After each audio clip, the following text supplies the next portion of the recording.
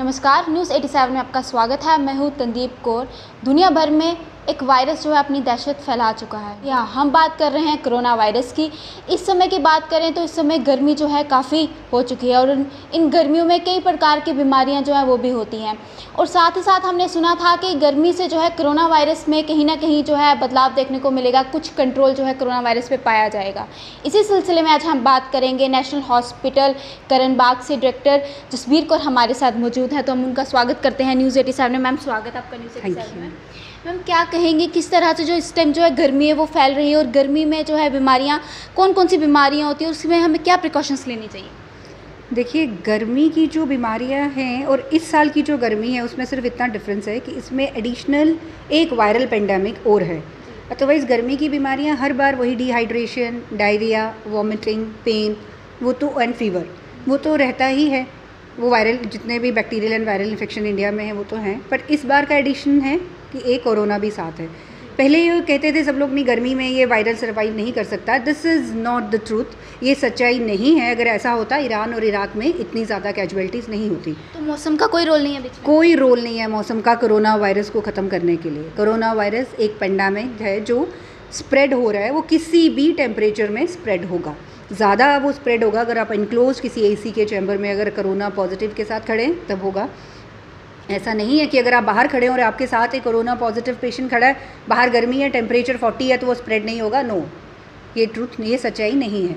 Corona गर्मी से, temperature से अगर वो डिस्ट्रॉय होता, वो बड़ा ही बहुत ही ज़्यादा एक्सट्रीम हाई में भी मोर देन 55 डिग्री सेल्सियस में जाके कहीं डिस्ट्रॉय हो, वो भी अभी कोई स्टडी नहीं है, वो भी अभी स्पेकुलेशंस ही हैं।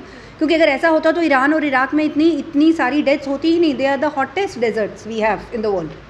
तो इसलिए गर्मियों में हमें प्रिकॉशंस तो वो लेने ही है जो हम रूटीन में गर्मियों में प्रिकॉशंस लेते हैं। हमें अपनी हाइड्रेशन को मेंटेन करना है। जब भी बाहर निकलना है बॉटल पानी की साथ होनी चाहिए। बाहर से हमें हॉकर से या बहुत ज़्यादा अनकुक्ड फूड हमें नहीं खाना है, जो हम हर बार लेते हैं प्रिकॉशंस। इस बार एक्स्ट्रा ये है कि हम लोग मास्क पहन के अपने आप को प्रोटेक्ट करके हम लोग निकल रहे हैं। सो उस वजह से सिर्फ एक ही प्रिकॉशंस है जो हम कोरोना के लिए ऑलरेडी सबको कहते हैं, social distancing and mask and sanitisation. तो ये चीज़ें तो हमें एडिशनल करनी ही करनी है। बट गर्मी है तो इसकी वजह से हमें ज़्यादा करनी है, ऐसा नहीं है। ये कोरोना की वजह से हमें करनी ही है। ये बिल्कुल मिथ है कि गर्मी आई और कोरोना ख़त्म हो जाएगा, हम अपना मास्क उतार दें, हम अपनी बॉडी को गर्म पानी पिएँ और ठीक हो जाएगा। बिल्कुल नहीं, आपको गर्मी में ठंडा पानी ही पीना है। बाहर का टेम्परेचर गर्म है, अंदर का टेम्परेचर जो है वो आपको ठंडा रखना है। अदरवाइज़ आपको हीट स्ट्रोक हो सकता है। अगर आप गर्मी में काम कर रहे हैं तो आपको ठंडा पानी ही पीना है। कोरोना गर्म ठंडे पानी से नहीं मरने वाला। कोरोना जो है वो दवाई से ही जाएगा। अगर हो गया तो उसके बाद वो ट्रीटमेंट से ही जाता है, जो कि ट्रीटमेंट अभी चल रहा है। पर जो सिम्टोमेटिक ट्रीटमेंट से पेशेंट ठीक हो रहे हैं उसी से ही ठीक होंगे। सो बेटर यही है कि आप अगर गर्मी में बाहर हैं, आपके पास ठंडा पानी होना चाहिए, बॉटल ठंडी आपके साथ होनी चाहिए, आपको डिहाइड्रेशन नहीं होनी चाहिए। आप कोई भी चीज़ बाहर से ना खाएं, एडिशनल कोई भी चीज़ नहीं खाएं। अब तो वैसे भी कोरोना के डर से हम ना ही ले तो बेटर है। बट यूजुअली हम पेशेंट को गाइड करते हैं कि गर्मियों में आप अनकुक्ड, अनबॉइल्ड, कोल्ड फूड ना लें, क्योंकि उसमें जो बाकी बैक्टीरियाज है वो ज़्यादा ग्रो करते हैं। कोरोना गर्मी में ग्रो करता है या डिस्ट्रॉय होता है, ये बिल्कुल सच नहीं है। तो मैम, जिस तरह से आप बात की कि इस बार गर्मी में जो अलग है, कोरोना भी है, और इस बार आपको पता है कि कुछ मतलब जो लोग हैं जो ऑलरेडी बीमार हैं, जिनको बीपी की प्रॉब्लम है, तो उन लोगों को इस समय में किस तरह से मतलब प्रिकॉशंस लेनी चाहिए? बिल्कुल, जैसे हम बाकी लोग कोरोना के लिए ले रहे हैं, ब्लड प्रेशर जो है वो तो उसका कोई लेना देना ही नहीं कोरोना का अलग कोई वो नहीं, कोई कुछ है ही नहीं उनका, बिल्कुल सेम ही है। जैसे बीपी वाले पेशेंट जैसे पहले थे अब भी वैसे ही हैं। अब तो कोरोना इतना ज़्यादा वो हो गया, हम तो लोगों को यही बोलते हैं कि भाई कोरोना से प्रिकॉशंस लो। गर्मी में कोरोना से प्रिकॉशन हटाओ मत कि मतलब गर्मी है तो कहीं मर जाएगा कोरोना और हम मास्क उतार दें, वैसा मत करो। आपके पास जो भी मास्क है ट्रिपल लेयर, आप अगर आपके पास N95 मास्क नहीं है तो आप अपने घर पे ही आप डबल लेयर्ड मास्क कर सकते हैं। जैसे आपको बताया है कि होममेड मास्क, बट वो डबल लेयर होने चाहिए।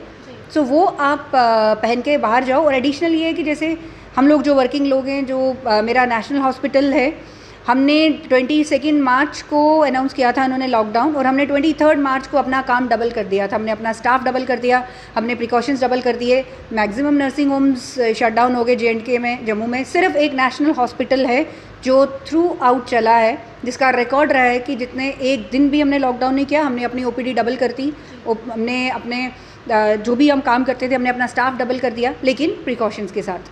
वो लोग हमारे बच्चे किट पहनते थे, हम लोग OPD करते हैं तो किट पहनते हैं लोग, मास्क पहनते हैं, ग्लव्स पहनते हैं, तभी हम लोग प्रिकॉशंस के लिए किया है और अभी तक सब ठीक ही चला है। इतने पीक में भी जब कोई नर्सिंग होम नहीं चल रहा था, सिर्फ नेशनल हॉस्पिटल ही है जम्मू कश्मीर में, जम्मू में एटलीस्ट मैं बड़े कॉन्फिडेंस के साथ ये कह सकती हूँ, जहाँ पे एक दिन भी सर्जरी और एक दिन भी ओपीडी और एक दिन भी इमरजेंसी लेना बंद नहीं हुआ। सो कोरोना ऐसा कोई भयंकर डिजीज़ नहीं है, अगर हम उससे प्रिकॉशंस लें, हम प्रॉपर प्रिकॉशंस के साथ चलें तो आपको वो कोरोना नहीं होगा। जो मैम ने जिस तरह से कहा कि मास्क है, होममेड मास्क भी लगा सकते हैं, लेकिन क्या डिफरेंस है N95 में और होममेड मास्क में? क्या होममेड मास्क भी उतना हमें मतलब बचा सकता है कोरोना वायरस से जिस तरह से N95 बचा सकता है? अगर N95 लगाना है तो वो क्यों लगाना है? देखिए, अगर तो आप उस एरिया में जा रहे हैं जहाँ पे आपको मालूम है कि जो हाई रिस्क एरियाज़ है, जैसे हम लोग हाई रिस्क हैं, हम लोग डॉक्टर्स हैं, हॉस्पिटल में हैं and we are directly in touch with the patient, तो हम लोग N95 लगाते हैं क्योंकि वो ट्रिपल लेयर्ड है, उसमें से बिल्कुल भी हवा ना अंदर ना बाहर जा सकती है, उसमें 0% चांस रहता है कि आपको ट्रांसमिशन हो N95 में। This is basically a difference of layers, कि कितना लेयर्ड है, उसको मतलब उसकी थिकनेस कितनी है, थिकनेस एक एक लेयर की कितनी थिकनेस है। सो वो 3 थिकनेस मिलके वो 95 mm से ज़्यादा का वो मास्क बनता है, जिसमें कि बैक्टीरिया को ट्रैवल करना, वायरस को ट्रैवल करना, आपकी सांस दूसरे को लगना नामुमकिन है। जो नॉर्मल मास्क होते हैं, हम उनको बोलते हैं कि आप डबल लेयर कर लीजिए, उसमें से क्या होता है कि ट्रांसमिशन हो सकती है। अगर आप मास्क पहन के थोड़ा सा भी सांस लेंगे तो यू कैन फील, अपनी ब्रेथ आप हाथ में फील कर सकते हो, N95 में आप नहीं फील कर सकते। तो जो बाकी पब्लिक है, जो डॉक्टर्स नहीं हैं या जो फ्रंट वॉरियर्स नहीं हैं, वो होममेड मास्क उसको डबल लेयर कर लें, या सर्जिकल मास्क जो आता है वो थोड़ा चीप आता है उसको कर लें, वो उनके लिए भी उतनी प्रोटेक्शन है, क्योंकि आप उतने हाई रिस्क में या उतने क्लोज कॉन्टैक्ट में काम नहीं कर रहे जितने डॉक्टर्स कर रहे हैं। सो डॉक्टर्स को हमें डेफिनेटली चाहिए, बिकॉज आपके पास पेशेंट का डिस्टेंस होता है और पेशेंट पॉजिटिव होता है, तो हम लोग N95 मास्क जो है वो या फिर फेस शील्ड पहन के हम लोग ओपीडीज़ करते हैं, क्योंकि हम लोग एट हाई रिस्क है। नॉर्मल पब्लिक को N95 मास्क पहनने की इतनी कोई ज़रूरत नहीं है, क्योंकि वो इतने हाई रिस्क नहीं होते। वो एक सोशल डिस्टेंसिंग रखें, उसका वो मेंटेन करें, तो उनको नॉर्मल मास्क से भी उनका काम चल जाएगा। मैम, जिस तरह से अगर एक शख्स को जो है कोरोना वायरस जो है, उसको लगता है कि मुझे कोरोना वायरस है और वो हॉस्पिटल अगर नहीं जा सकता, तो उसको घर पे किस तरह से उसको मतलब पता कर सकता है कि मुझे कोरोना के सिम्टम्स है कि नहीं, बिना हॉस्पिटल जाए? कोरोना के कोई भी सिम्टम्स अलग सिम्टम्स नहीं हैं, उसमें वही फीवर, लेथार्जी, खांसी होती है। और अगर ये 3 सिम्टम्स हैं, क्योंकि अब ये वायरस है तो हमें इमीडिएटली टेस्ट तो कराना चाहिए। अगर आपको खांसी हो रही है, आपको फीवर है और आपको थोड़ा सा सांस चढ़ रहा है, अगर ये सिम्टम्स नहीं है, खाली फीवर है, तो आप अपने आप को आइसोलेशन कर लो, बिना टेस्ट के घर पे ही आइसोलेशन कर लो, क्योंकि अभी इतना ज़्यादा पेशेंट हो गया है कि हॉस्पिटल में भी जगह नहीं होती। तो अब बेटर है कि आइसोलेशन कर लो, अगर और पैरासिटामोल लेना आप शुरू कर दो, अपनी हाइड्रेशन मेंटेन करो, और अगर 24 घंटे के बाद आपका फीवर उतर जाता है तो आप 10-12 दिन अपना प्रिकॉशंस लो, बहुत ज़्यादा कांटेक्ट में मत आओ अपने आप को। अगर फिर भी आपका फीवर नहीं जा रहा है, 24 घंटे के बाद लगातार पैरासिटामोल ले रहे हो, फीवर नहीं जा रहा है, आपको कफ आ रहा है, खांसी शुरू हो गई है, थोड़ी देर के बाद आपको लगता है तीसरे दिन थोड़ा सांस भी आने चढ़ने लगा, तो इमीडिएटली आप उससे पहले ही हॉस्पिटल पहुंच जाओ और अपने फिजिशियन को कंसल्ट करो, और अपना अगर वो रिकमेंड करते हैं तो टेस्ट कराओ। अगर उनको लगता है कि ये बाकी चेस्ट प्रॉब्लम है तो कोई ज़रूरत भी नहीं है। तो मैम, इम्यूनिटी सिस्टम की बात की जाए तो उसको किस तरह से बूस्ट करना चाहिए? देखिए, इम्यूनिटी सिस्टम तो बाकी सब वायरसेस को भी वैसे ही इफेक्ट, हमारी बॉडी को इफेक्ट करते ही हैं।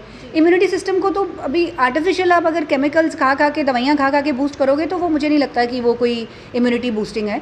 आप एक हेल्दी डाइट ही लोगे तभी आप लोगों की इम्यूनिटी ठीक ही रहेगी। अगर आप नॉर्मल हेल्दी डाइट, अगर एक कंप्लीट मील ले रहे हो, 3 मील्स आप हेल्दी ले रहे हो, तो आई थिंक वो इम्यूनिटी अपने आप बूस्ट हो ही जाती है, रादर देन कि आप कोई बाहर से कोई विटामिन्स, कोई आयुर्वेदिक, कोई होम्योपैथिक दवाइयाँ खा के कोई चीज़ें आप सोच रहे हो कि इम्यूनिटी बूस्ट हो जाएगी और हम कोरोना से बच जाएंगे। That is impossible. वो बहुत ही टेम्प्रेरी सा है, कोरोना से तो नहीं बचेंगे, पर वो केमिकल्स खा के गैस्ट्राइटिस ज़रूर हो जाएगा।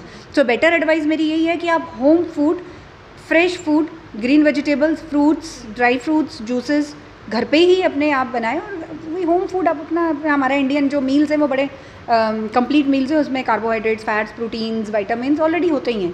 हमारा बहुत ही कंप्लीट मील है इंडियन मील। सो उसी को हम 3 टाइम प्रॉपर अगर फ्रेश मील खा लें तो आई थिंक वो हमारी इम्यूनिटी के लिए काफ़ी है, बहुत हमारी इम्यूनिटी के लिए बहुत अच्छा है। वो हमें एक्स्ट्रा इम्यूनिटी बूस्ट करने के लिए कोई बूस्टर्स नहीं चाहिए। तो मैम, लास्ट में आप कोई मैसेज देना चाहेंगे हमारे व्यूअर्स को या डॉक्टर्स को, पैरामेडिकल स्टाफ को? मैं यही कहना चाहती हूँ कि देखिए, कोरोना तो है पर हमें भी लड़ना है, हम डॉक्टर्स, हमने मेडिकल कॉलेजेस में सब डॉक्टर्स काम कर रहे हैं, सब जगह कर रहे हैं। अब सारे नर्सिंग होम्स भी खुल गए। जैसे नेशनल हॉस्पिटल ने एक दिन भी नहीं अपना हॉस्पिटल बंद किया, बाकी सब लोगों ने भी अब खोल दिए। तो हम लोग भी अपना टेस्ट कराते हैं, हर महीने हम भी कोरोना टेस्ट कराते हैं देखने के लिए। इतना सही प्रिकॉशंस लेके हमें पब्लिक की हेल्प करनी चाहिए, हम कर भी रहे हैं। हमारा नेशनल हॉस्पिटल 24/7 हर किसी के लिए खुला है। इसमें हम लोग ऑर्थो, गायनी, सर्जरी 3 ब्रांचेस को तो हम केटर कर रहे हैं। डायलिसिस हमारा चल रहा है। तो इसी तरह सब हर किसी को आगे आके इस पेंडेमिक में एक दूसरे की हेल्प करनी ही चाहिए, रादर देन छुप के बैठना और सब कुछ बंद कर देना, वो कोई हल नहीं है। शुक्रिया। Thank you so much. तो ये थे हमारे साथ नेशनल हॉस्पिटल करण बाग के डायरेक्टर जसबीर कौर, जिनसे हमने बातचीत की। उन्होंने हमें बताया कि किस तरह से जो है गर्मियाँ भी है, कोरोना वायरस पे आपको अपना प्रिकॉशंस लेनी चाहिए, किस तरह से अपने इम्यून सिस्टम को बूस्ट करना चाहिए। और हमारी भी कोशिश यही रहेगी कि आप तक ये पहुंचाया जाए कि किस तरह से आप अपने आप को सेफ़ रखें, किस तरह से आप जो है प्रिकॉशंस लें। और साथ ही साथ हम जो है डॉक्टर्स, पैरामेडिकल स्टाफ को भी थैंक यू करेंगे, जिन्होंने इतने मुश्किल समय में दिन रात जो है सेवा की, अपना काम किया। तब तक के लिए देखते रहे News 87। कैमरा पर्सन आदित्य के साथ मैं तंदीप को।